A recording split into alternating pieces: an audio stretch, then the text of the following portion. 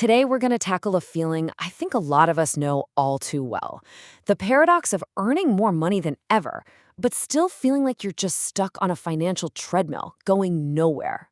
We're going to break down the system that gets you off that wheel for good and into a place of real, genuine control. So let's dive right in. So, does this hit close to home? You're doing everything right, you're working hard, the paychecks are good, but when you look at your bank account, you're thinking, where did it all go? It is such a frustrating cycle, right? You feel like you're busy, but you're not actually getting ahead. But here's the thing: that's not a sign you're failing, it's a sign that your system is failing you. Okay, let's talk about the word discipline. For most of us, it just sounds awful. It sounds like punishment, like restriction, but I want us to completely flip the script on that idea today. The core concept we're digging into is that real financial discipline isn't about saying no to every little thing you enjoy. It's about building a structure that actually gives you the freedom to say a big, confident yes to the things that truly matter to you. Now, to build that structure, we can't just jump into spreadsheets and apps. Nope, we have to start inside our own heads. Because here's the secret: mastering your money is way less about complicated math and way more about understanding some simple but really powerful psychology. It's a mind game. Think about it. Modern life makes it incredibly easy to spend money without a second thought. I mean, you got one-click purchases, tap to pay. It's all designed to be frictionless. And that's where the real problem is hiding. It's not necessarily your income that's the issue, it's the mindless spending that leads to that end-of-the-month panic. So, what's the antidote to mindless spending? Well, researchers at Cornell University have a great term for it: financial mindfulness. Now, this isn't just some fluffy buzzword. It's actually made up of two very distinct, very important parts. First, there's awareness. That's just knowing what's going on with your money. But the second part, and this is the one that changes everything, is acceptance. Being able to look at your finances without judging yourself. And this right here shows you where most people go wrong. Almost every budgeting app out there is laser focused on awareness. They'll track every single penny. But they totally miss the human element, don't they? They miss acceptance. That's the ability to see a financial mistake you made, forgive yourself, and just get right back on track without spiraling into shame. Because without acceptance, all that awareness just becomes a stick to beat yourself with. And that, my friends, is why so many budgets fail. Okay, so theory is great, but how do we actually do this? How do we build both of those pillars, starting with awareness? Let's get practical and turn this into a toolkit you can literally start using today. You've probably heard this before, but it is so true. You just can't manage what you don't measure. The goal here isn't to scrutinize and judge every single purchase. No way. It's simply to get an honest, clear picture of where your money is actually going for a month or two. This isn't about restricting yourself. It's about gathering information.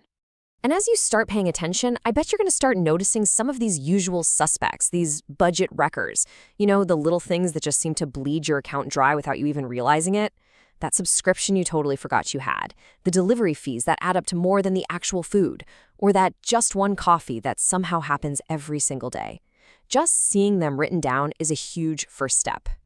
Now, if you're looking for a really intentional way to track your spending, there's this fantastic Japanese method called kakeibo. It literally translates to a household financial ledger, and it's been around for over 100 years, designed specifically to help people become more mindful. You can think of it as slow budgeting. It's about using a simple journal to make the whole process feel more deliberate. Kakeibo is brilliant because it simplifies everything into just 4 buckets: your essentials, your wants, unexpected costs, and this is my favorite part, a category just for culture. This is a total game changer. It intentionally creates space for spending on things that enrich your life, like books, concerts, museums, not just stuff you own. It completely reframes spending from something that causes guilt to an actual investment in yourself. All right, so tracking tools like Kakeibo give you that crucial awareness. But awareness on its own, it's often not enough for real long-term change. For that, you need a system that keeps working for you even when you're tired, you're stressed, and you feel like you have absolutely zero willpower left in the tank. Which brings us to a really important question. We tend to look at super disciplined people and just assume they were born different, right? Like they have some secret willpower gene that the rest of us just didn't get. But what if that whole idea is just wrong? And here is the secret, and it's backed by a ton of behavioral science. People who are consistently successful don't just muscle through with sheer willpower. They're smarter than that.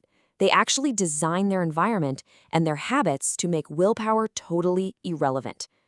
They make the right choice the easiest choice, the automatic choice. The system does all the heavy lifting, so they don't have to. And when it comes to your money, the single most powerful, most effective, and simplest system is this one: pay yourself first. It's the absolute cornerstone of pretty much every wealth-building strategy out there, and it's championed by people like investor Kevin O'Leary for one simple reason: it works with your brain's psychology, not against it. Here's exactly how it works. The very moment your paycheck lands in your account, before you pay a single bill, before you buy groceries, you automatically transfer 10 to 20% of it into a completely separate savings or investment account. Not at the end of the month if there's anything left, you do it immediately. The psychology here is just brilliant. Your brain simply adjusts your lifestyle to what's left over. You don't miss the money you never really felt like you had to spend in the first place. So let's put it all together. Here is your simple 3-step discipline system. Step 1, make good choices easy. Just reduce the friction. Step 2, automate that decision. Setting up that automatic transfer for payday takes you and your unreliable motivation completely out of the equation. And step 3, and this is so important, forgive yourself fast. Look, everyone messes up. The difference between people who succeed and people who fail isn't that they're perfect. It's how quickly they recover and get back to the system. Okay, as we start to wrap this up, I think it's really important to remember what all of this is actually for. These tools, these systems, this idea of discipline, they aren't the goal. They are just the vehicle to get you somewhere much more important. I love this quote because it perfectly captures the real end game here. This whole process isn't about depriving yourself of joy. It's about increasing it. It's about creating a life where you can spend money on the things you love completely guilt-free because you know your foundation is solid. That joy feels so much better because it's intentional and you know you've earned it. So ultimately, building this system isn't just about watching a number grow in a savings account. It's about buying back your most valuable resources. You are buying the freedom to make choices that aren't dictated by financial pressure. You're buying back all the mental energy you currently waste worrying about money. And maybe most important of all, you're buying back your time.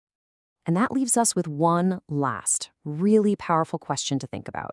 Once money is no longer the main character in your life story, but just a quiet, reliable tool that's working for you in the background, what becomes possible? With that financial stress gone, with your system just humming along, what will you finally have the freedom to build, to create, or to experience next?